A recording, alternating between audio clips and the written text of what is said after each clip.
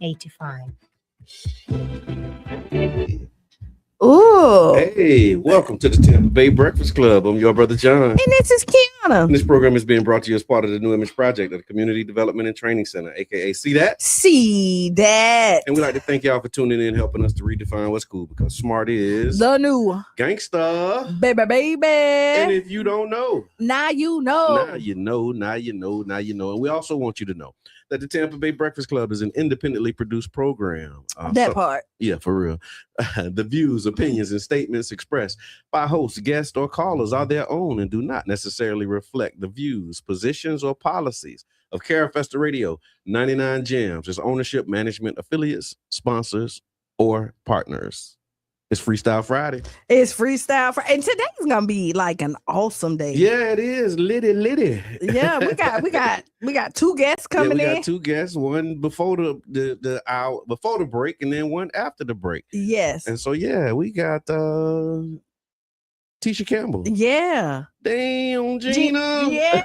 She's gonna be coming in talking about her upcoming comedy tour that she's doing in the Tampa Bay area, really nationally, but she has a stop here in the Tampa Bay area tonight and tomorrow for Mother's Day weekend. And so so she's gonna pull up on us, and then after the break we got council member and mayoral candidate Brandy Gabbert. And I can't wait to hear to see what Brandy got in store and what she want to talk about. And remember, all candidates that are running are welcome. Yes, you are. To come on the Tampa Bay Breakfast Club. Yes, you are. Right. And she has accepted the invitation. And as well as like Maria Scruggs. So thank you. Maria Scruggs kicked it off. Yeah, thank you for that. And then Brandy Gabbert is coming.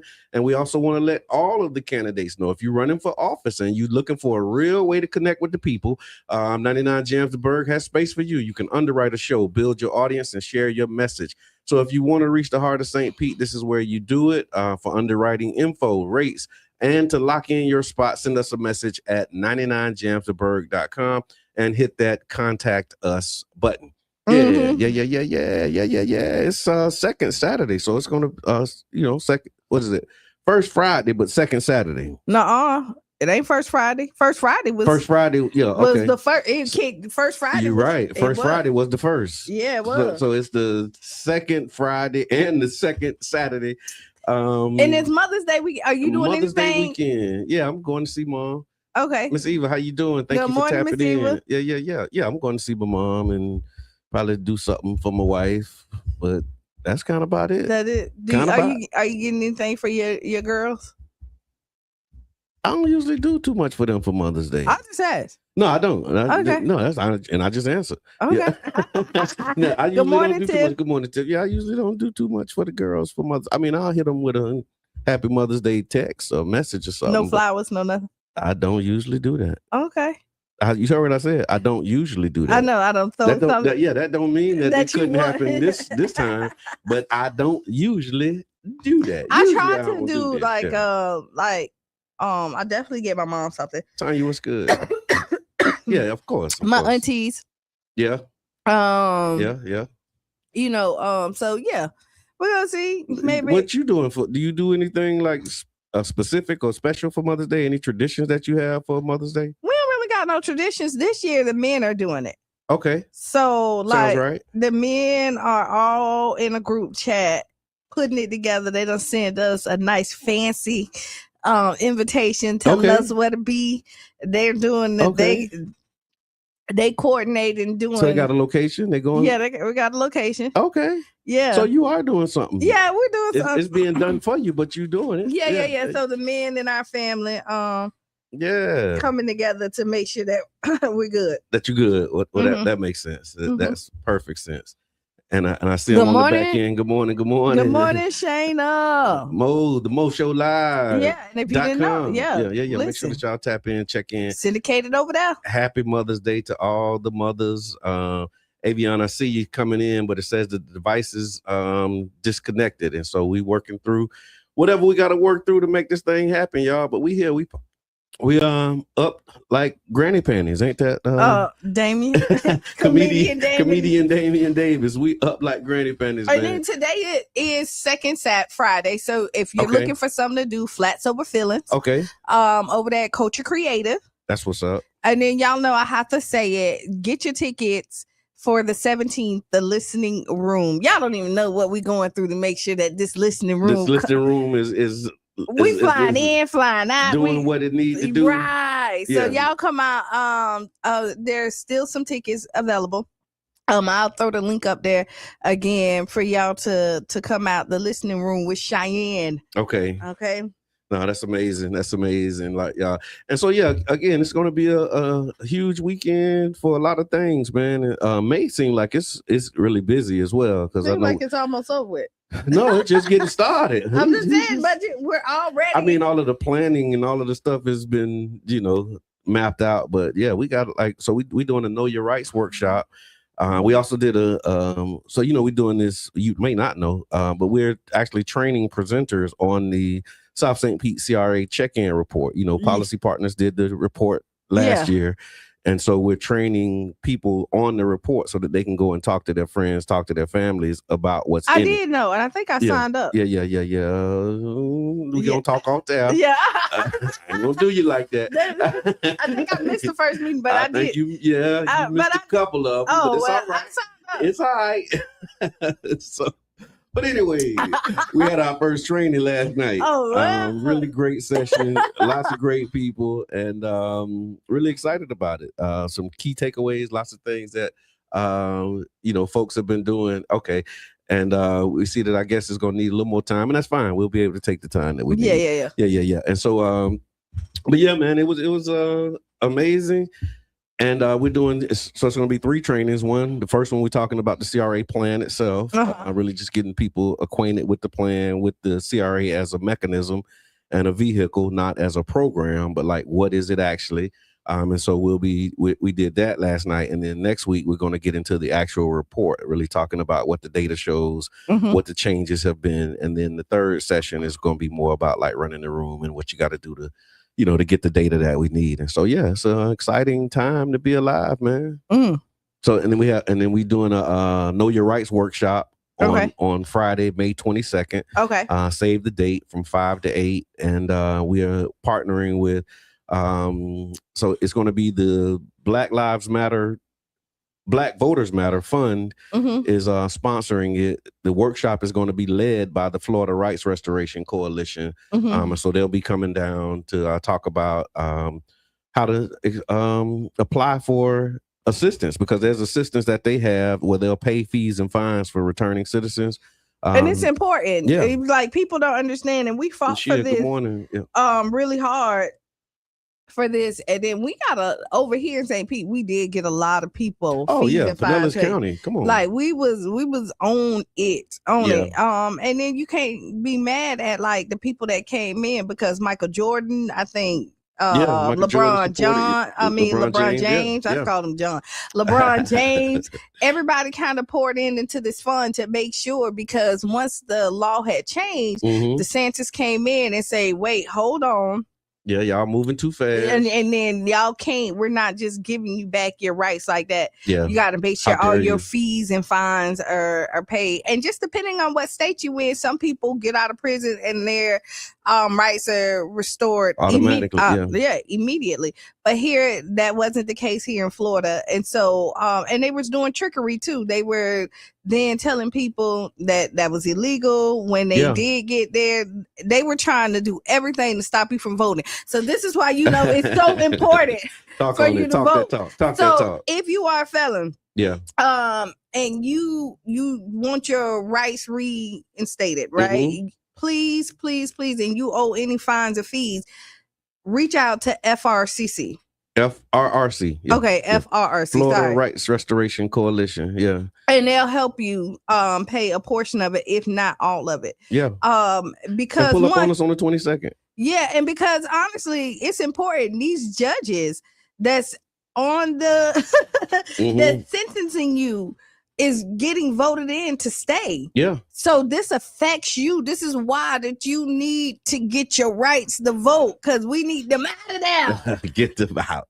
Please. Get to step in. and it's definitely so it need to be that way in Florida. Our ancestors did the big one for us to be able to vote. Please vote. Thank you for that. That's absolutely the truth. And but that's what it is. So we're doing that on the 22nd, and then we got a Senior Wellness Day coming up in June. And then Friday night Done Right is going to be kicking off as well. School's about to end, so it's like it's an exciting time. Ooh. Yeah, lots of good things, lots of great things that are happening. Shayna, what's good? Happy Friday. I see you. Judges and senators, we need a big show up. This is the truth, man. You see they like changing the lines. I mean, if you got to cheat to win. And Kathy Castor is no longer. Yeah. According to these new maps, I mean, will no longer be representing our area. So does it happen like right when it's passed, or is it got to go through courts first? Because I know they was like immediate lawsuits and people have been sued. Yeah, they go through, but the way that it works is that once they pass it, they then put it in. So like this election, these maps will be, they will be in. Yeah, that's what we will have to go by. So even by the time you sue and everything get changed back, the damage is already done. Wow. So it's important again for you to go out there and get registered to vote so that their plan don't come to fruition. Yeah. Because they're trying to cheat. They want to get They cheating. Well, yeah, they are. And so this will give them 4 more seats. Okay. With the way that the maps are redefined, and they have been changed. Now they're like going right through neighborhoods. You ever had like a railroad track go straight through your neighborhood and mess it up? Or you ever there when I got there? By the time I got there, the railroad track was already laid. Okay, so they doing us. You know how like you go to Bogey on this side and the other side go to Lakewood. That's what they doing to us. Oh yeah, right across the street. Hey y'all. No, you go to Gibbs, but I go. When it's time for you to go vote, you got to go somewhere else. And we're neighbors, like we're right there. So please take this serious. Anybody tell you that your vote don't matter, they are lying. And the reason why we don't get what we want is because we don't come out in the masses. That's what they told us. You think that's really the case though? Coming out in masses will get us what we want? I think so. Sure enough. Yes. Okay. I think so. And if because one is if you don't vote, it's a vote for the other party. I hear that. Right. And you don't think that, but I hear people say like, I only vote here. But it's very important for you to vote because we got, again, the judges. You see my wheels turning. Yeah. Like, because if they're trying to, so like, let's say they say, if they plan on in their mind, they're going to say 35% of them are not going to vote. Okay. And then we're gonna steal 5%. That's all they taking? I'm just doing numbers. Just I got hypothetically. you. Yeah, so 35 won't come out. And 5% then that 5% we're gonna steal. Yeah. But if 45% that we won't allow to vote because they got fees and fines. And so just think, if that percentage of the fees and fines get paid, right? Okay. Oh, now they up alarm. And then the 5% that they were gonna steal, now that 5% actually do go vote, like 10% more go vote. And then the people who say I don't vote, they go and vote. Even if they try to steal it, we done came out so big that now it's still in our favor. If that makes sense to you. Stop the thief. That's all. And one of the ways you stop the thief is by getting involved. Don't sit it out. Don't be on the sidelines. Yes. So I saw this article. It was a story, family, and it was really a family tragedy, right? So it says family tried to protect their sister. Now 2 brothers are dead. So what had happened was, according to investigators, this tragedy started as what appeared to have been an ongoing domestic violence situation. Reporters say the woman had allegedly been dealing with abuse and conflict involving her boyfriend. Concerned for her safety, her 2 brothers showed up to support and protect her during the confrontation. But the situation escalated violently. Authorities say the boyfriend opened fire, killing both brothers. The woman later told the police that the suspect blamed her for what happened, repeatedly saying, "See what you made me do." And now the suspect faces murder charges.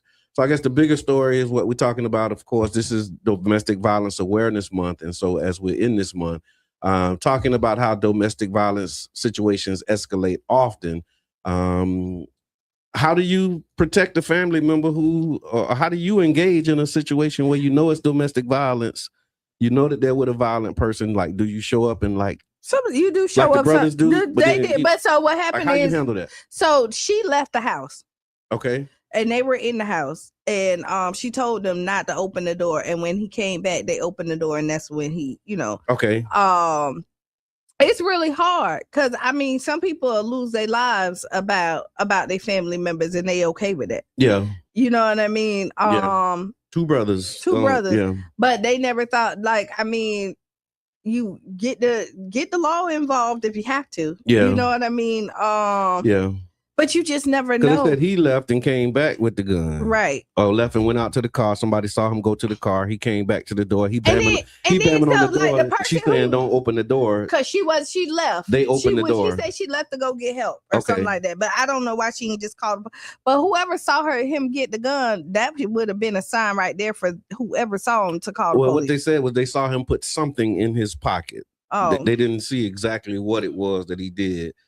They saw him put something in his pocket, and later on they realized that it was a gun. It's never okay for anybody to put their hands on anybody. Yeah. Let's say that. And there's so many, it's such a sticky, because I can't tell you what to do or not to do. So here's the question for the chat, y'all. How do you protect someone you love from an abusive relationship without putting yourself or them in great danger? How do you do that? How do you protect them from the relationship but also without putting yourself in danger? Is that even possible? Like, do you have to be in the line of fire? You don't have to be. You don't have to. You don't have to be. You don't have to. But a lot of times people do. But so yeah. Give us a call. Let us know what you think. It's 727-637-2416. Also, have you ever been in a situation? Have you ever? Oh, here it is. Have you ever helped a loved one through a toxic or abusive relationship? All the time. I mean, just not like that. I mean, they ain't picking them right or something. What's going on with that? I just think life happens, and like you just never know. Like people go through different stages in life. And I've definitely helped. I know how to give help when help is needed, and when to sit back when it's time to sit back. You have to respect the person boundaries and what they're willing to do, because you can't force nobody to leave anybody. Right. You can't force anybody to do anything. All you could do is be that be that pillar for them, or be the person that they need at the time when they need it, and trust that they're gonna do what's best for them at one point. If it overflows, then you do what you need to do. But do they always want help? No. Okay. And so how do you help people if they don't want help? Prayer. Okay. Send up a few. You send up you sending it your way. You know what? Prayer, and you also be that place of safety for them. Okay. You know what I mean? Yeah. Like sometimes you need that place that you can come, and it's hard for people who love you not to get in. But sometimes it ain't. You don't need to. People sometimes don't want you to come save them. They just need a place so that they can save themselves. Okay, but then leave the safety place and go back to the toxic place.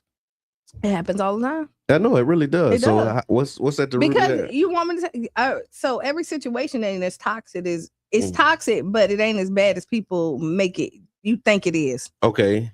That makes sense. I hear that. Yeah.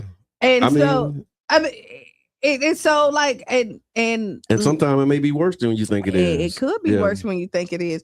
And like you think it ain't that bad, and then like I've seen that people say, oh well, he ain't that bad. He just when he drinking, he get a little rough when he drinking. But other than that, he's a good person, and I love you, Junior. I love you, Junior. That's some baby boy type stuff. It is. Yeah. It really is. But you see people who go through it. Like I remember Dr. Bosch. Okay. He said it when he came in, like his wife ended up saving his life, but he had threatened her life. He threatened her life and she ended up saving his life. Right. Yeah. And so, and when you love somebody, you want to try to help them. Mm-hmm. But I do believe people can change, but people gotta want to change. You can't make nobody do anything they don't want to do themselves. I hear you, UB. And also I see Mr. Bennett Mad Poets. He said, I guess you offer to assist and let them take it from there. And so you make yourself available for the help and the support. But then after that, either they take you up on it or not. Yeah. Yeah. All right. Well, yeah, I thought that was just interesting and topic. And you heard what UB said. Well, yeah, I did see what UB said. Can't repeat it on the air, but if you want to know, go in the comments, y'all. Check out that chat. And also, while you're in the chat, man, just prayers there. Definitely stay prayed up. I've seen it so many times or too many times. It says they go right back to them and be a part of the madness. Mm-hmm. And so, yeah, it's a lot of nuances when it comes to that domestic violence and just all of that stuff. It's rooted into like, and if you go back, even back in the days, you'll see like your grandparents and all that other stuff. At one point, 50 years, 60 years at one together. point, like depending on they told men that they had to run that household, that you had to be a dictator. Okay. And that the way that you lead this is by being aggressive. And to get somebody in check is to make them fear you. And so I think in the society, we have a way of changing that narrative. I'm trying to, I just had a thought. It's not funny, but it's interesting. You got to laugh to keep from crying sometimes. So here's the thought, right? And I actually have a story about a couple that was married 70 years. And what the thought came to me is, do you think that they was married 70 years without Papa smacking her at least once or twice? Like, how you make it 70 years without without some domestic violence? I don't know. Is that even possible? I don't know, because you think you could be with somebody 7 years? Somebody putting pause on somebody at some point. Over 70 years. Over 70 years. Something she like smacked him upside the head. She probably She done did something. He might not hit, but he done. Then grabbed her and shook her or something. Yeah. 70 years? Yeah. You married 70 years. And we're not, we're doing reality, right? Oh, no, that's reality, yeah. And so we're not like making. Love and obey, you be said. Good morning, Emily. And we're not making light of the situation, but this is real lives. There's a lot of mental and physical abuse that go behind closed doors that people don't know. And it could be something simple. You know what I mean? Or it can be something really big. Yeah. And most people get through it. Yeah. Right? Yeah. And they figure it out. And somebody just at one point, I know couples would be like, you know what? We too old for this. What is we doing? And then it just stopped. Like they get tired. Yeah. I was just talking to a boy cousin of mine who used to be abusive. Yeah. Like he said, he thought because he was in the street that he slapped, boom, boom, boom. Yeah. And then he went through this anger management, and then he remembered like the do's and don'ts and all this other stuff. And he just remembered that board, and he was like, what am I doing? Okay. And it like finally clicked on him. Right. That like, and cause then he was like, dang, I know if somebody did this, if you called me right now, Qiana, and said somebody slapped you, I'm coming to tear it down. But then I'm doing the slapping. Yeah, you're the abuser. Yeah. And he was like, I was basically, this is what real men do. Okay. You know what I mean? Like, and documented into this toxic society. Yeah. And we see it in all types of ways in relationships, the toxicity that we have been groomed to accept on either end. And so we need to talk about it more so we can change the narrative. Yeah, that's true. And I think it takes wisdom, it takes patience, it takes all of those things to and I mean just, keep your hands to yourself. Yeah, you should. Yeah. Keep your hands to yourself. So I have a question. If I do like a stress day where we like test some stuff up, if I can figure it out, like crash out rooms. Yeah, if I do an event with a crash out room, would y'all come out? I might. let's test some stuff up, hit some walls, do some.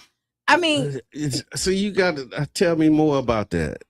Just release the whole your anger. Yeah. It's the release, because a lot of people got a lot of build up anger and frustration. True. You might not even know it till you throw something on the wall, right? Yeah. Like because you hold a lot of stuff in. Because I've seen those rooms and I've seen it. She said she like with it. She ready to go. Look, everybody, yes. Look, maybe I'm overthinking it. Let's go. Let's just do it. No, because I saw Deontay. I think Deontay. Shout out to D. He did it. He had a video. He had like the suit on.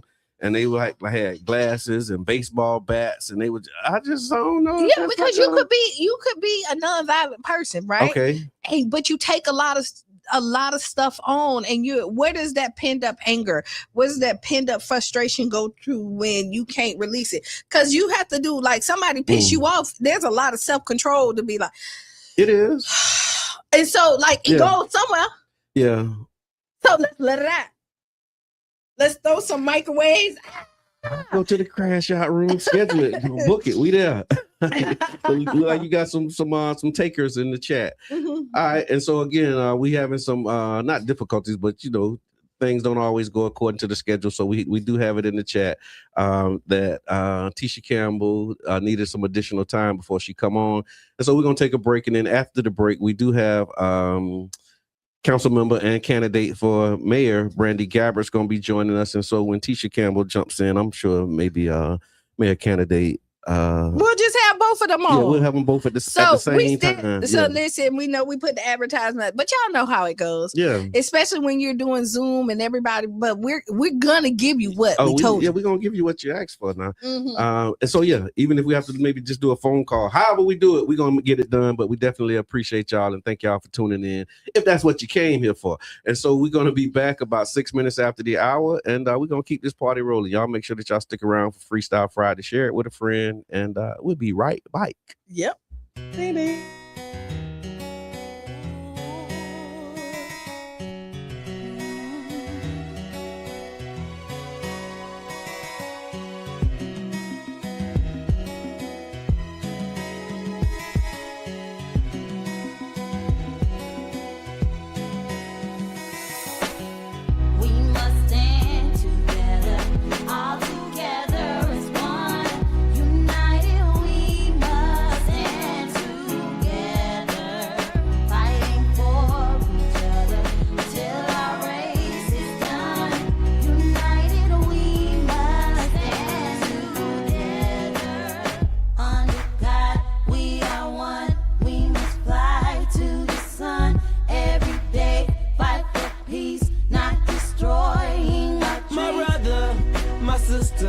I got love for you, no lie. I give my best, I try. Someday to touch the sky. You're an angel, little baby. Wipe all your tears away. I know it's been crazy, but keep your head up high. Foot chase through the projects, dodging foreign objects. Street knowledge, I should've went to college. Odds stacked against me, surviving off instinct. 3 blocks from the precinct. Lil' homie caught a case, others lost family members. Product of his environment, projects produce violence in the middle of the streets, cause that's how we eat. Just a rap about the trap don't mean I ain't about peace. We must stand together, all together as one. United we must stand together, fighting for each other till our race is done.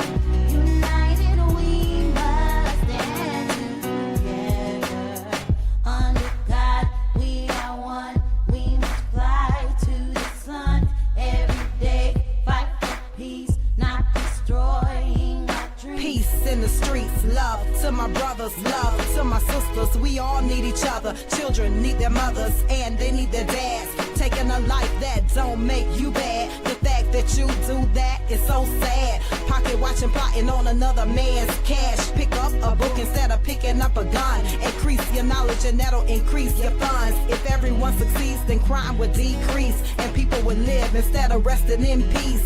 Unity, that's what we need. Stand up and be a positive force in the community. We are one, we must fly to the sun every day, fight for peace, not destroy.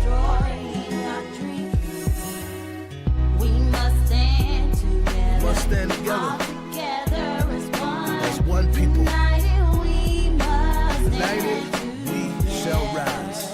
fighting for When you fight for me, till our race is done. till we see God. United we must United we will rise. Clap with me. under Clap. God. We Clap, are yes, one. sir. We must Clap. fly to the Clap. sun. GB on the track, Every man, and I day mean this. fight It's from the for heart. peace, not destroying Back and our forth to dreams. prison, cause my position in the ghetto is wishing. My dreams was in my hand, man, instead of so distant. Violent crimes on my record, showing judges I'm reckless. Guess they think I'm rich and young, like Young and the Restless. Every time I see a young brother rich in peace, got to be the only time when I watch TV. Cause the struggling and suffering is all I see. Besides muscling and hustling that wall with heat, I point the finger at the devil, boy, for taking my peace. Cause the only way to live is to take to the streets. But they rate me as a villain for the killing and dealing. For what? My last resort to make me a living. I don't give a damn, tell them so what? I'm gonna survive even if they threaten me with life. The arms of poverty hung tight, making life a fight. But in the sky, we got to unite. Keep your head in the sky. We must stand together, all together as one. United we must stand together, fighting for each other till our race is done. United we must stand together. Under God we are one. We must fly to the sun every day, fight for peace, not destroying our dreams. We must stand together, all together as one. United we must stand together. Evacuation orders to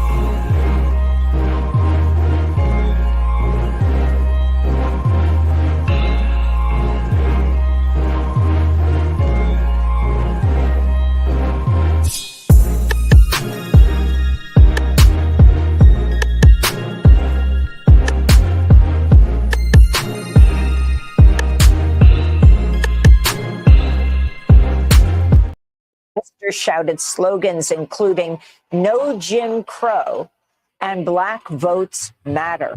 And Black Votes Matter is the last thing we just heard. That's what you heard if you was on the radio. Welcome back to the Tampa Bay Breakfast Club. I'm your brother, John. And this is Qiana. This program is being brought to you as part of the New Image Project of the Community Development and Training Center, aka See That? See That. And we'd like to thank y'all for tuning in helping us to redefine what's cool, because smart is The new gangster. baby. And if you don't know, Now you know. No, I know it. That's why I was like, we just gotta wait for it. And before we go any further, we do need to let you know that the Tampa Bay Breakfast Club is an independently produced program. Mhm. The views, opinions, and statements expressed by hosts, guests, or callers are their own and do not necessarily reflect the views, positions, or policies of Carafesta Radio, 99 Jams, its ownership, management, affiliates, sponsors, or partners. We want to make sure we covered all the bases. Mhm. Nobody but us. So, yeah, take You that. know what we're going to say? Don't call the principal, Don't because call he the principal. already know Yeah. we the misfits. That's right. Right? And we do what we do, and we don't care. But when you say I'm going to speak to your supervisor, He already know. look, I am the supervisor. that part. And we also have with us a special guest, not even a guest per se, but just our first time visitor in the studio.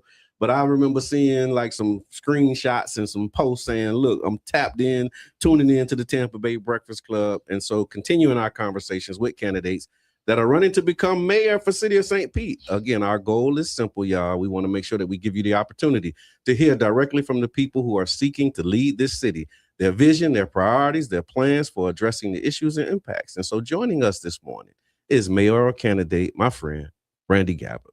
Good morning. Welcome to the Tampa Bay Breakfast Club. Long overdue. Long overdue. I How am are you so this excited. morning? I'm great. I Yeah. feel like I'm getting like it gets surreal because I have watched and listened for so long. Yeah. You know, I'm a fan. Oh, yeah. So to be here with you all this morning, This is amazing. It's amazing. It's amazing. And so we're going to jump right in. You're running for mayor. I am. Yes, after 9 years on city council. How does that even become an idea? Well, I mean, certainly, you know, you've gone through it, you know, being in public service, you really start to understand the intricacies behind how local government affects everyday people's lives. Mhm. And I've had the honor of doing that now for the last 9 years. And I really feel like, you know, we are at a place as a city that we need proactive leadership. Mhm. And that is the kind of leadership that I have brought to city council every single day. And I feel as though my experience, I am ready to run, I am ready to lead. And so here we are. I love that. And you're right. I have been through that. And I know the emotions that you process, the things like the way that you get to that decision. Yeah. That's a real big deal. So thank you for accepting the challenge and moving forward to do it. Mhm. So we're going to talk through some of the things that are like on your platform. I have it in segments. We're going to try and stay decent and in order as much as possible. But the first thing is the workforce and city employees. So the work culture. Yeah. So knowing that there's 4,000 employees helping to keep the city of St. Pete running every day, what kind of workplace culture are you committed to building under your leadership? Well, I not only have been on city council, but I've also ran teams, and I currently am running a statewide real estate brokerage. Okay. I know how to work with people, not only to motivate them to bring out their best every day, but to treat them with respect. Yes. And make sure that we are taking care of the people that work for us and serve our city specifically. Also, being on city council, as you know, we grow really great relationships with the people who are on our team. If you're doing it right. If you're doing it right. And you should, after 9 years, have good relationships. True. And I see where, you know, we have great people that work for our city, and they are really craving to have a culture that respects them, that stands up for them, but gives them a vision for how we're going to move our city forward. Right. And I think with my unique experience, both in public service and in business at an executive level, that really I'm the one to bring that culture together. Absolutely. And just going back for a second, the way that we met, right? We met a candidate screening. I think that was the first time. I think so. Was Yeah. that 2016, 17? Probably maybe? over a decade now. Yeah, over a decade now. And it was a candidate screening. This was when I was working with SEIU, Service Employees International Union. Shout out to them.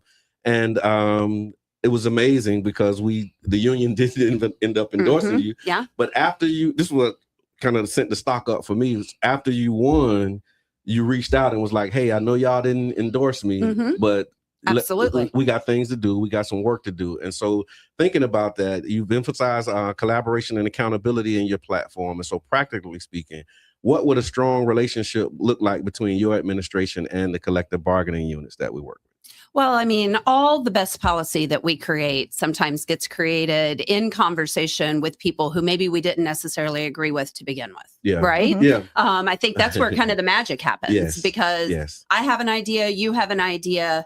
What I look for is where the collective goal is. Okay. And if we have a goal that we share, we can get there as long as we're compromising together. Yes. And that is how most of the policy that I have passed at City Council has been done, was by a collective effort in listening to residents, stakeholders, and really making sure that, you know, we're moving towards that goal. Right. I always say, you know, we can maybe disagree on some of the semantics of it all, but as long as we are working where we do agree, Right. then we're going to find the magic in that. Absolutely. That's why I always say, if we agree on everything, somebody's not being honest. Oh, Amen. somebody is lying. Right. Amen. Right. And then not neighborhoods. And so when we talk about neighborhoods, that's a big part of just the way the city's made up. Yeah.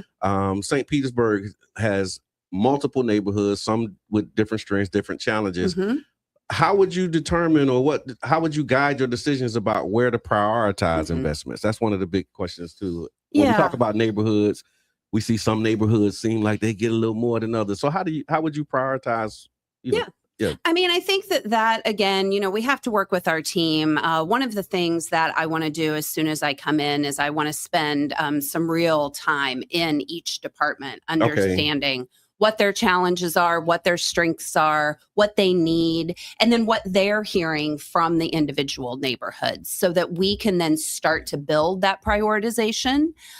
We are a big city and we do have a lot of neighborhoods, as you mentioned. Some have a lot of institutional strength within them.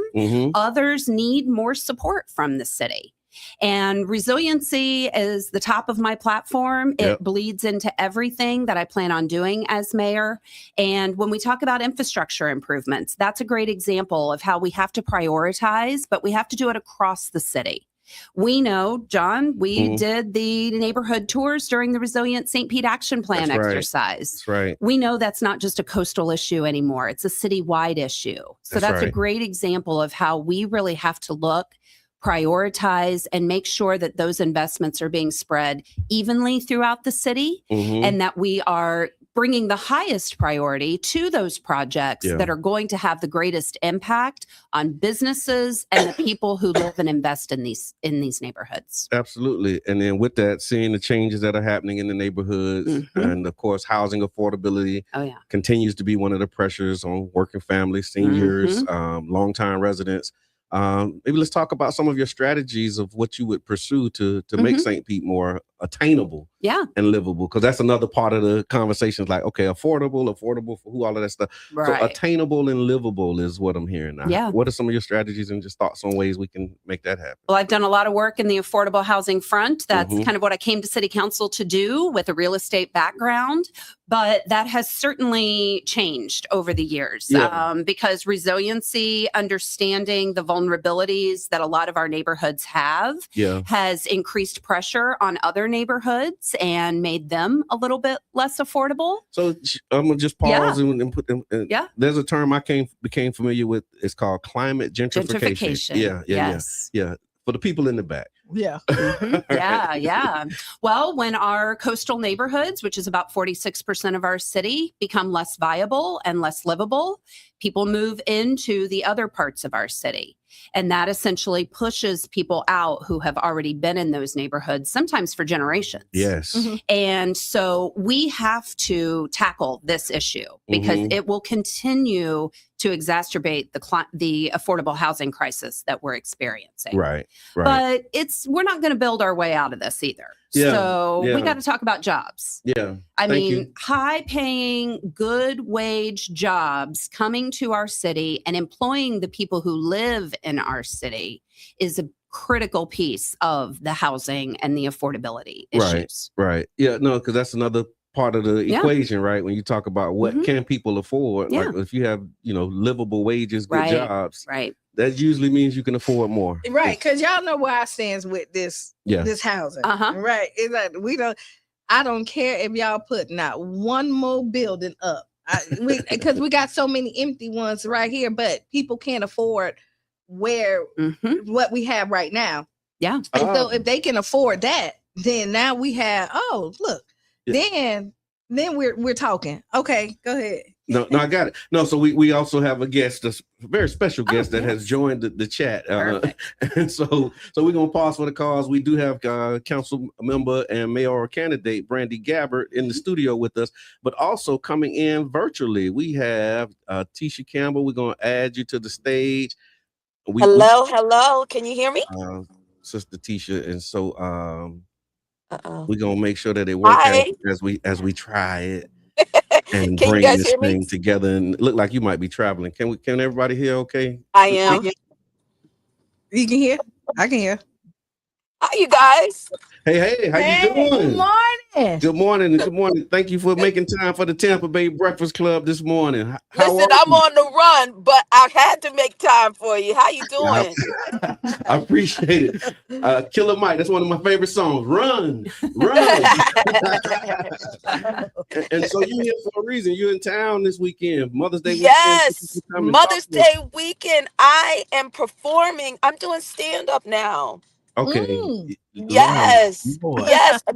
I'm doing stand-up all weekend long for Mother's Day.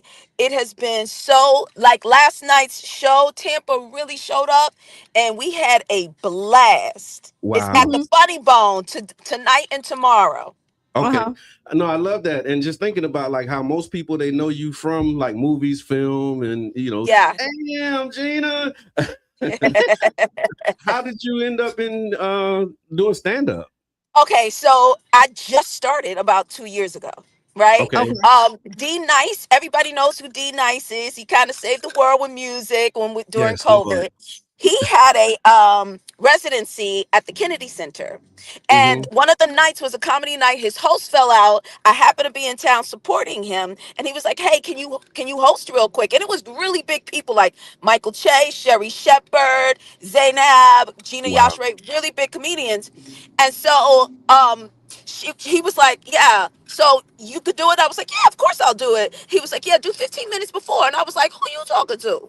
Right. And so I went and did it anyway. And there happened to be an agent in the audience. And I've been doing comedy ever since. And it's been so great because now I'm really interactive with people. It's what I love to do.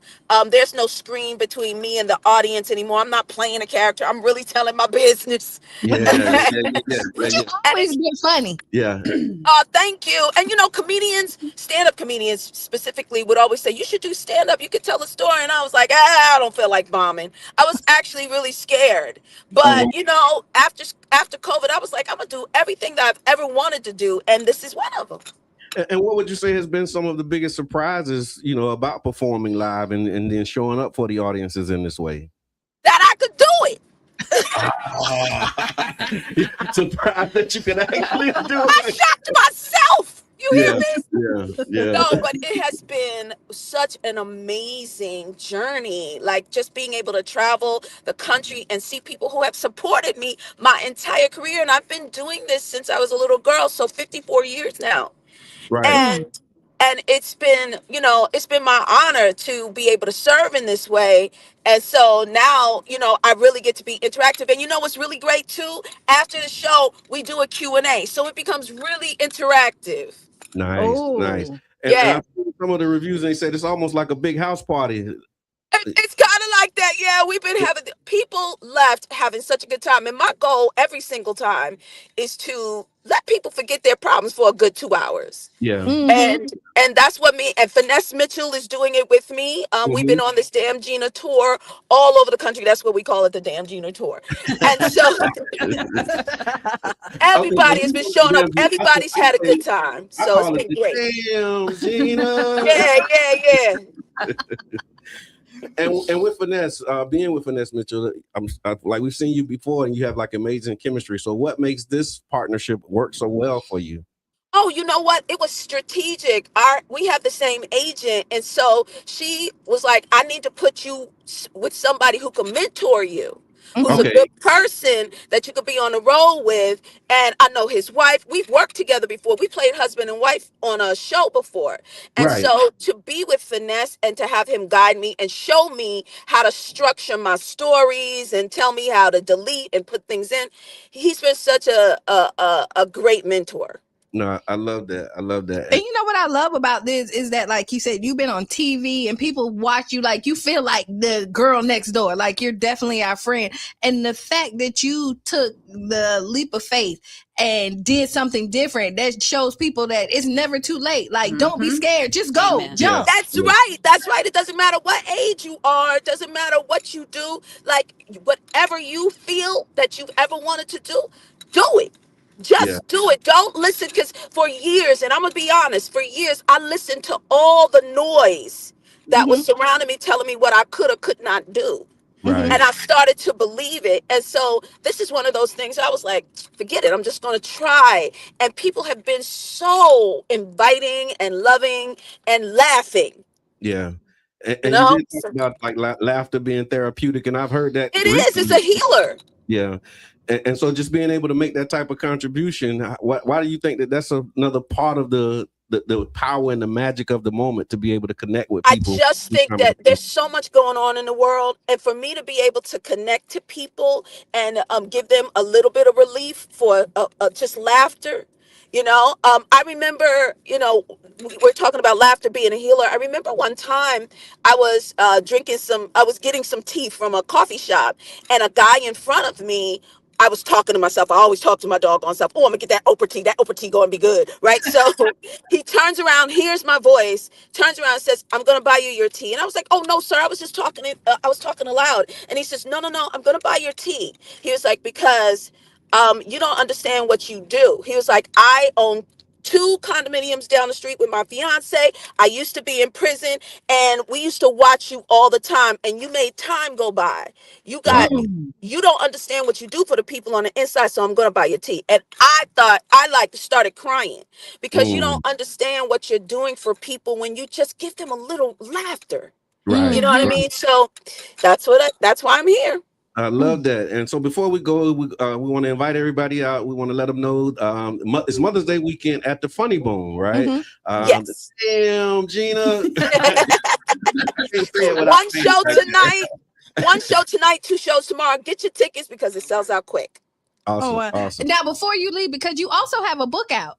Oh, I do. Thank you for mentioning. I keep forgetting. So I actually wrote a book myself. I didn't have a ghostwriter or anything. You don't understand how many people, because I have an autistic son. And so you have no idea how many people come to me and be like, write a book. And it was my writing partner for scripts who was like, you need to just go ahead and do it. So I went and I did it. And it's the most fulfilling thing I've ever done. I want to be able to help people. And this is my way. The A word. The A word. Yeah. That's what it's called. Yes. It's on pre-order now for Amazon, but yeah, that's it. Thank you guys so much. Thank you for making time for us this morning. Everything's gonna be great. Come on out, Tampa. All right, Tampa. All right, bye, you guys. Have a great day. All right, y'all. Again, great conversation. So if you're tuning in, you just missed if you just tuned in, you missed a great conversation with Tisha Campbell. So you can go back and actually review it. And she here at the Funny Bone all weekend long. 1 show tonight, 2 tomorrow. She's saying they're selling out. So general admission, and they said you can expect high energy, house party style comedy experience filled with storytelling, laughter, life lessons, and classic Tisha Campbell. And then energy. they doing the Q&A afterwards, so she ain't doing her mark. Get the step in. Oh yeah, she's gonna spend some time with folks. Yeah, she's gonna spend some time with the people. All right, and so we're gonna get back to the conversation. We also have in studio, mayor candidate, city council member Brandy Gabbard, and longtime supporter of the work that we do here with the Tampa Bay Breakfast Club, and it's really anything that we've done in community where we have alignment. To your point about, and that's another thing that I just come up to appreciate over the years. We're very clear on where we aligned and where we don't, and even when we don't, it's not like a hard line. Right. And we've always been able to have conversations. I remember specifically doing rent control. And when we were doing the rent control, y'all know my meeting spot is the Childs Park Lake. And so we sat at the lake and you know, you have these different camps in the organizing space, and they was dragging Councilmember Gabbard on social media. Yeah. And we sat down and she was like, okay, what do we got to do? Yeah. How can we get here? Like, I can't do that, but what can we do? And that was so sincere, so genuine. And we were able to do some things. Like, we passed the Tennis Bill of Rights and worked through a lot of those things. But just the fact that you were like, they dragging me. and they was like really being brutal. Yeah. And we sat down and we had a conversation about like, what could we do? Not because of that, but just even in spite of that, I would say it that way. It's not like, oh, they dragging me, I got to do something. But it's like, hey, like, this is hurtful. Well, this I is was tough, listening. and I'm listening, Yeah. and I really want to do something, Right. but I can't do the thing that you're asking. Right. And that was amazing. So I appreciate you with that. I mean, I'm full of stories with Councilmember Gabbard. So No, I mean, I like it. I mean, because when you look at somebody in leadership, because for me, when I go in there and mark on that ballot, I want to think, I know that the person's not always going to do everything that I want them to do, but I also want to say, I want to believe that they're doing what they believe is right for everybody and not for themselves. You know, I always have this thing, do I have to be right? Yeah. Or do I want the situation to be right? Even if I don't necessarily agree with it, don't mean that like, I have to, what I say go, and leadership has to take I out of it. Yeah. And make it a we thing. And take it a we thing. And I've seen that in you. Absolutely. You know, so that let me change the banner. It still says Tisha Campbell. Oh, sorry. That's not Tisha Campbell. That is Councilmember Gabbard, mayoral candidate. She is amazing. So And she looks good. Absolutely. Oh, yeah. And so before the break, before we did the interview, we were talking about flooding and infrastructure, neighborhood level. And so I just saw that there's some conversations about making long-term investments. I just want to get your take on what types of long-term investments would you prioritize so that communities could see some permanent investments, not just these temporary fixes. Yeah, I mean, we have, as you well aware, $700 million stormwater master plan. And within that master plan, it very clearly lays out for us what the return on investment for those investments would be, specific to the number of properties that could be removed from the floodplain. I want to take a look at that with our engineering team and really start to prioritize based upon which investments are going to get us that highest return as quickly as possible. Not like a blank check to say, okay, here you go. Here's $700 million. Go be great. Absolutely not. No. And it does have to work across our entire city. Right. And we have to be very clear with the voters. What you're talking about is a referendum that we're going to bring forward, most likely, to the voters in November, asking them if they want to be taxed on their property taxes for us to do these investments. The other thing I want people to be real clear about is that it's not just stormwater. It's also wastewater. It's also potable water. And so I don't want people to believe that if they give us this money, we are just going to be investing in stormwater. That is not the current administration's plan.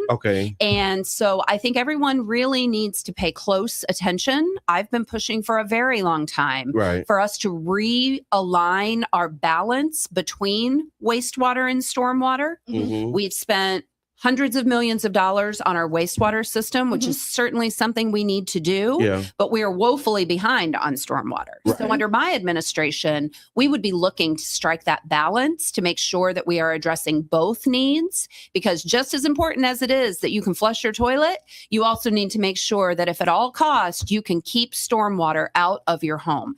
Both are equally important to people. Absolutely. So we as the city have to make them equally important. Right on. All right, let's get into economic development and jobs. All right, so in St. Pete, if St. Pete is serious about strengthening its local economy, which industries or sectors do you believe represents the strongest opportunity to move the city forward?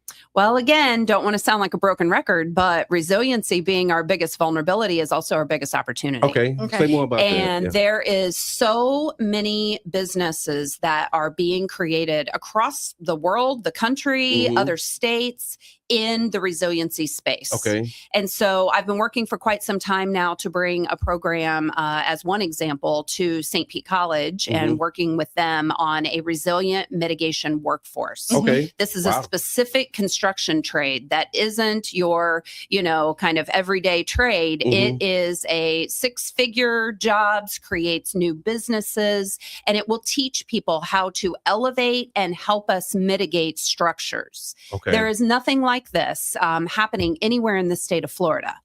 And we have an opportunity to bring that program here from New Orleans and be the first in the state to run a construction trade program like this. Wow. This is just one example. Okay. Yeah. In the resiliency space, there is new technologies that are being created, and those business opportunities should reside right here in the city. No, We are ground zero for the effects of sea level rise. We should be ground zero for the response. I love it. And I see in the comments, what's your position on the data center?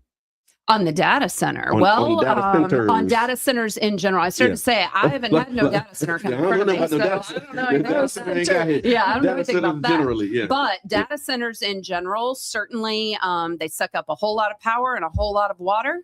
And in a city like ours, neither one of those are a resource that we can afford to waste. So I'll leave that there. But no, I hear that, and got to pay special attention. Because they making the moves like really take. And do we even have enough land anywhere for a data center in a built-out city?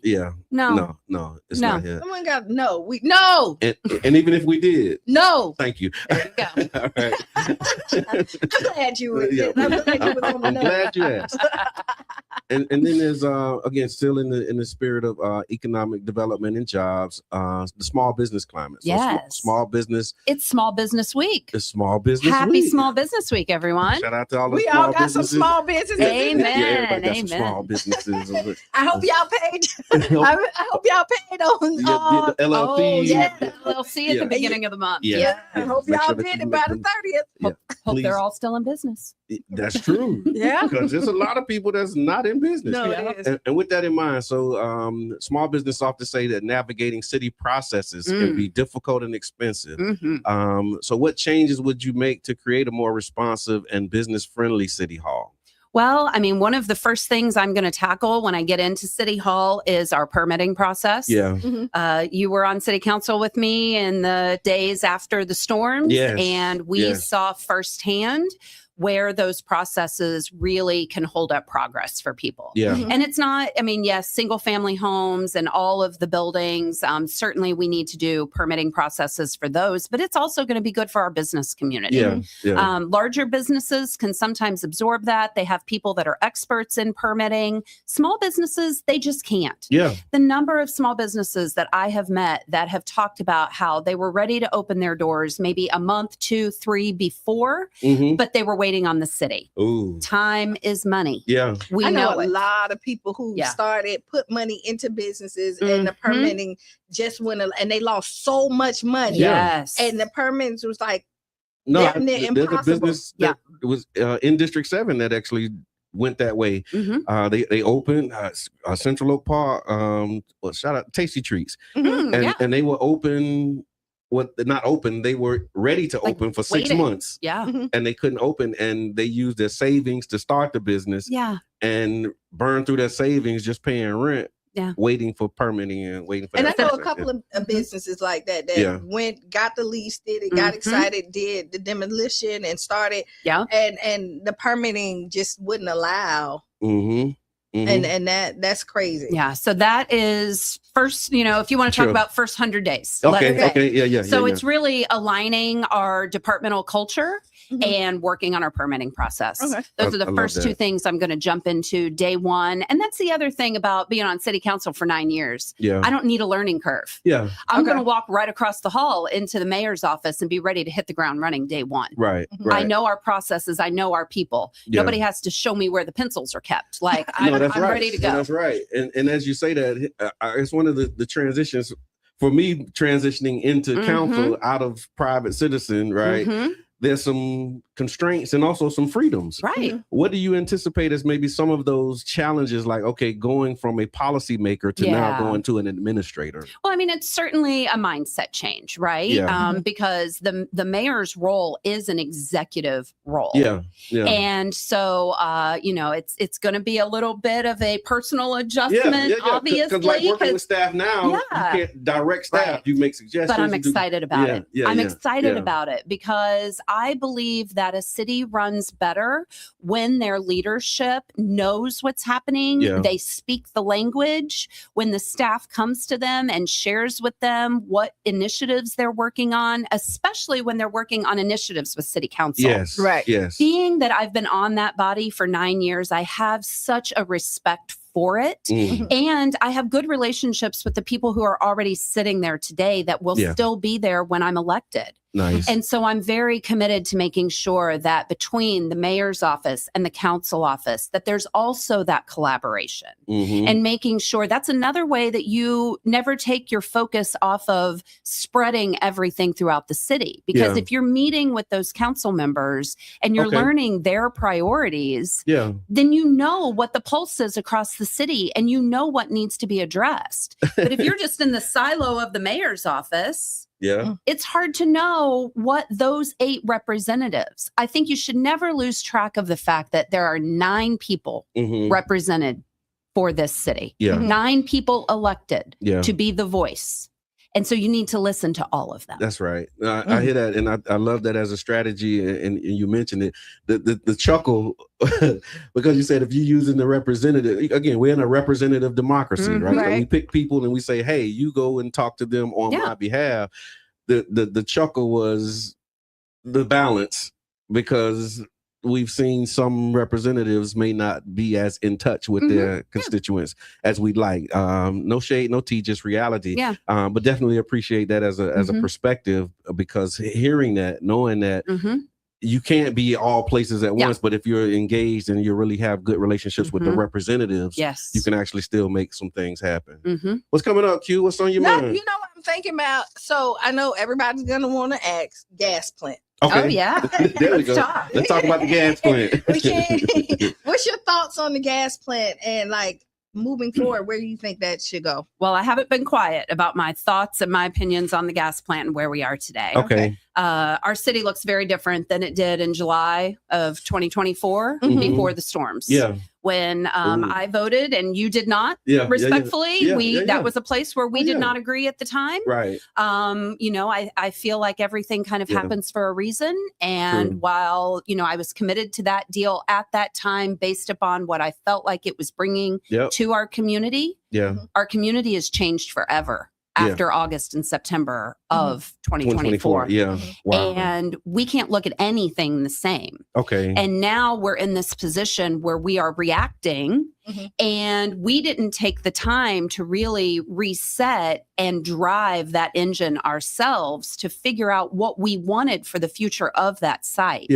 We've been given an amazing opportunity. It was painful to get to this place. A lot of money spent and a lot of, hard work and time and everything that went into that. But now here we are on the other side of recovery. We should be looking at that opportunity through a completely different lens, and we should be speaking to the community to find out what they want from the results of any development. Right now, we're in this reactionary position. And I don't blame any of the developers who have put forward a proposal. Absolutely. That's in the the name of the game. of There's any nothing sort there. of plan, Right. why would they not? But we have an opportunity to pause, do a real exercise of community engagement that I have been pushing for, that passed 6-2 on city council for us to pursue. And then at that point in time, we will be able to know several things. Right. How we could even pick a developer based on the situation we're in now. Right. Should we even sell all the land? Okay. We don't even know. Well, right. Yeah. And your opinion is a very popular one. Yes. Should we even sell all 86 acres? Yeah. Or is there a better way to maximize the long-term implications of that property. Right. I'm in real estate. Yeah. So I understand this. I speak this language. And let me just tell you that to sell a property today for $200 million and some change versus what it could be in 10, 20, 30 years, in a time when budgets are tight. We had budget committee yesterday. Okay. Budgets are tight. Yeah. We aren't making any more land. Right. It just seems to me like this is our golden opportunity to make sure we get it right. It's a generational impact. And then when you talk about the budgets being tight, just maybe some insights as to what you heard yesterday. Like I didn't see it. Like what's kind of the lay of the land? I remember some of the other conversations around this $18 million shortfall that was projected. Is that still a conversation that's being had? It's not as dramatic as it was even earlier in the year. It has certainly come much closer, but I will say there have been some decisions that have had to be made by the departments, and they were all, kind of challenged to reduce their budgets this year. Yeah. Now, I think fiscal stewardship is very important, making sure that we are, really tightening up everything to ensure that every single dollar meets its maximum benefit for people. One of the things that we, in the plan, if it passes for the October 1st budget, is to not eliminate jobs that were vacant. Okay. So we will see that throughout the budget in various departments. So if we're hiring now, vacant, we'll just say the position was vacant then, and it was not one that was vital resources. Okay. So no service will be impacted. Levels of service will stay the same. But if there are positions that have been sitting open, we are not going to be filling those as of this time. Okay. Gotcha. Thank you for that. And I'm hopping all over now because I'm just so excited. So just going back to gas plant, and you mentioned something that you pressed for that passed 6-2. Yeah. Would you mind saying a little bit more about that and what the status of it is right now? It was essentially a resolution requesting that the mayor and the administration pause the selection of any developer until we did a comprehensive planning exercise. I brought forward a organization called the Urban Land Institute. They are a well-known national organization that doesn't have any skin in the game. Okay. Very important. It's not comprised of developers and what they think the site should be. It is really a very independent body of big picture thinkers, land use, attorneys, architects, people who can come to us with experience across the country and say, this is the best use for a property like this. And what they do is they have a very in-depth community planning exercise that they would come here to St. Pete. They would work with stakeholders. I've been working with a stakeholder group, a very diverse stakeholder group for quite some time to even get to this point. So right now we're working on the scope of work for the second phase of that, which actually would be the community involvement piece. And so, I continue to press for that to happen. And, that is the path that City Council is currently on for a majority vote. But that's what I'm saying. Like, it's just this weird, it seems like there's this misalignment because all of that great work and everything that you just said sounds amazing. But on the other side of the city hall, they're saying by June, we intend to pick somebody. How do you navigate, like, okay, this is what we're working on, but then the headlines and the timeline that they're proposing basically, can I say, ignores all of the work that you're doing? Like, are they even including, because that just seems like so disjointed to me. It is, and it's confusing for our residents. It's confusing for even the developers that have put in a proposal. So let's pause there. Again, you have representatives of community, 6 of which said, we want you to go this way. Yes. And then the administration is not going that way. I just want to flag that. And again, the confusion, how you navigate that, how do you get past that? I'm listening to the residents of the city of St. Petersburg, and I'm going to continue to push forward for this planning initiative. It has already been said that an agreement would not even come before City Council for final vote until summer of 2027. So, I mean, that was said in a committee meeting by the administrator for the department. So you pick the developer. And you and I both know it took 18 months to negotiate a deal last time. So look, I had all kind of reactions. Do you have like PTSD a little bit? I know, me PTSD too. on that. Yeah. Somebody asked me the other day if I was watching What's Going On in Tampa, and I said, "Why do I have to watch that? I lived through it." Yes. Like, yes. yeah. And it is like it's really real what they're dealing with. Yeah. But you're right. Like, and so if the developer selected in June, they're saying it'll be another year before you even start the negotiation. Yeah, before like we would be to a place where city council would be asked to vote on something. Yeah, because like but the terms even if it's picked in June, and let's say administration change, mm-hmm. then let's say now we go back to the plan that you want. Now we got to scratch. I mean, I don't know. I think it pretty much depends on where we are with the development selection, and none of us have a crystal ball. Right. Okay. It is certainly the, prerogative of the administration currently to make a selection that is within their administrative rights, and the charter allows that. Mm-hmm. I just think that, if we're reading the tea leaves and we're listening to our city council, we'd be hard pressed to push something through at this time. Mm-hmm. Absolutely. All right. And so if you're just tuning in, we're here with a mayoral candidate, current city council member, Brandy Gabbard.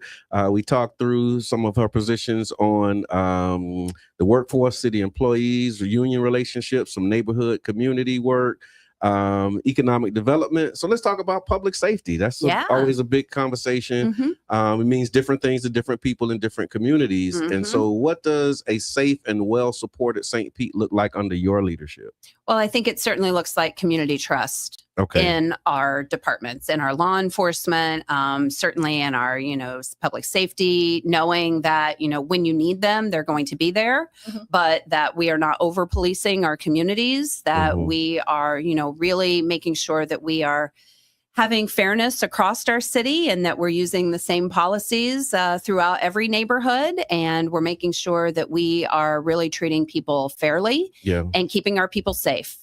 But I think public safety extends into a lot of different things. I mean, we know that we have some of the most dangerous roads for road users of all types in the entire country. Yes. That is a Pinellas County moniker, unfortunately, is the most dangerous roads in the country. It doesn't have to be that way in St. Pete. Right. We can change that. We can implement our complete streets plan. We can make sure that regardless of your means, maybe you can't afford a car, maybe you don't want a car. Yeah. You should still be able to bike or walk or scooter or however safely. Yes. Safely. Yeah. That is another public safety issue. Right. People are dying on our roads every single day. No, and I appreciate you lifting that up because again, public safety, the default setting on public safety is police, and that's exactly where they go to. Always. But you're not thinking about your e-bike riders and scooters and the accidents that's happening with them. And like somebody just lost their life. Somebody pulled 9th Street. Going around that curb. That's it's not safe. Right. It's like 9th and 9th. Yeah. Oh, yeah, I know exactly what that is. Yeah, absolutely. And so with that, under the public safety umbrella call program, of course, and the alternative response, St. Pete's call program has received national attention for diverting certain nonviolent calls away from traditional policing. So how would you build on the programs like that moving forward? Well, I was proud to be on city council when we initially started that program. That was in response to George Floyd and what we were seeing and what we were being asking of our police to make sure that, not everything needs a uniformed officer to show up, right? And the nuances of why people call for help. I really want to applaud Chief Holloway and just the entire team that has made that program what it is. We were just speaking about it yesterday, again, in budget, and we are going to be hiring more navigators for that. We are going to be increasing that budget. We will, continue to work on that agreement. And I am very committed to seeing how we can make that program even more robust and what other uses it may have. There could be other things that we haven't even thought of yet that might be a softer approach to really being able to support our community.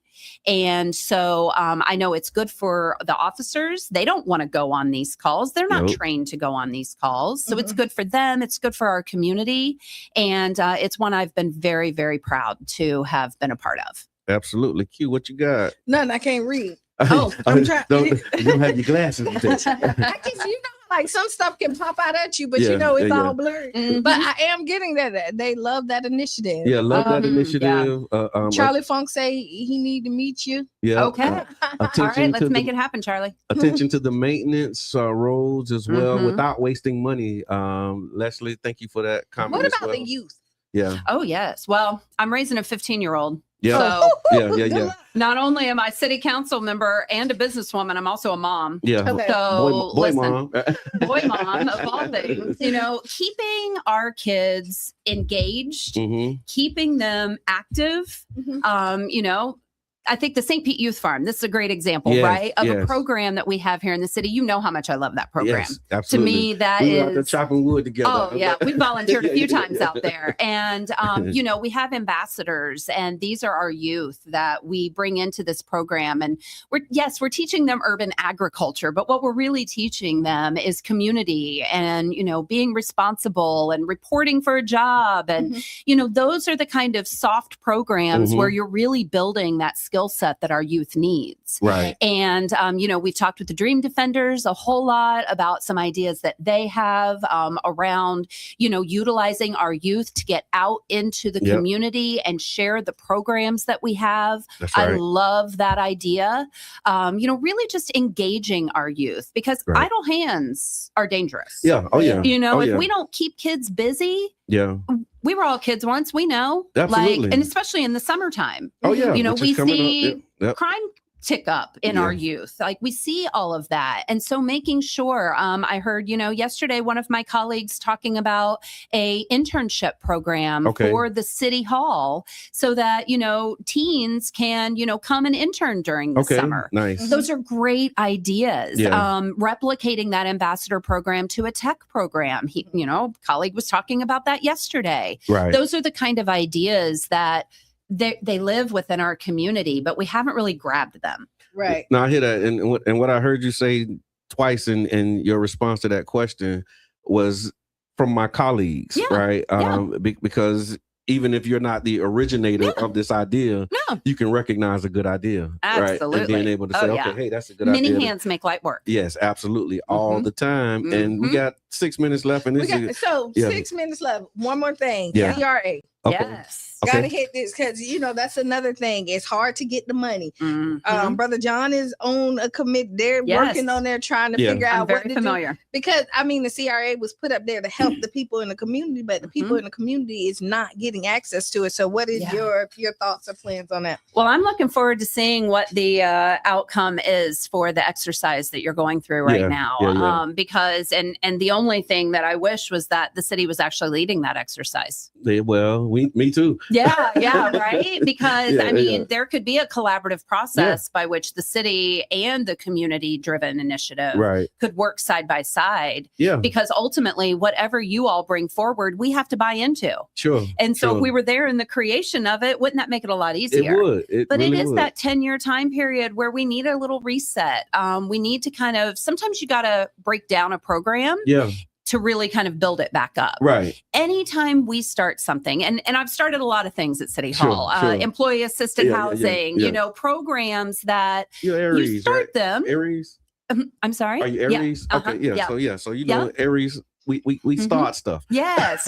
We start it. Yeah. And then a year or so goes by and maybe we need to tweak. Maybe we need to look at it again. Maybe it didn't quite pan out the way we thought it would. Yeah. And that's okay. There's no failure in that. Right. The failure is in not recognizing That's right.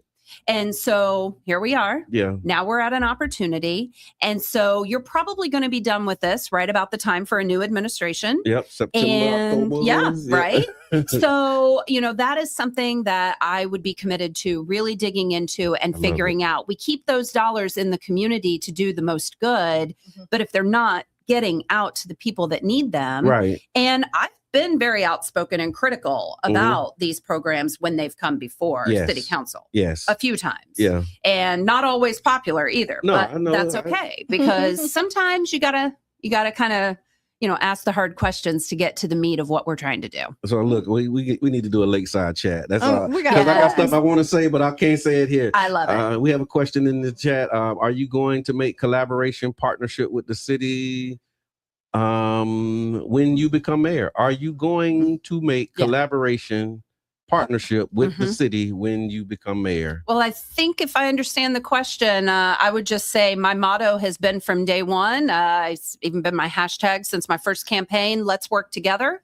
It's not a motto. It is just the way that I approach policy, period. Yeah. Again, if we aren't working together, we're missing the mark. Yeah. They're asking us to bring you back. Yeah. And they want to know what's being done with Duke Energy. Oh, so City Council, Councilmember Richie Floyd, and then I have been very happy to support him back. Yeah. You were on City Council, I believe, still whenever we passed the resolution to do the RFP for the feasibility study to explore doing municipal power. Right. I very much support this exploration of this. Yes. In that time, I've also learned a lot about cooperative power. Okay. There's a lot of different ways that this could be done. But right now, what's happening is that it took about 6 months for that RFP to go out from the administration for whatever reason. We have finally gotten some responses back. So I'm looking forward for that selection committee to bring forward someone. But that is just to do the feasibility study. Yeah. That's not even to tell us, Yeah. is it feasible? Will it save our residents money? What would it take? Yeah. But we know across the state, there are other people that run their own power that have taken it back from a private power company. Yes. And there are people running cooperative power. So it can be done. It's just about how much is it going to cost and then how much will it save our residents at the end of the day. Absolutely. So that is something that, as the mayor, I would be committed to continuing to move forward with. I also believe, because we're in this place right now where our agreement is up with Duke and the administration's continued to do negotiations with them.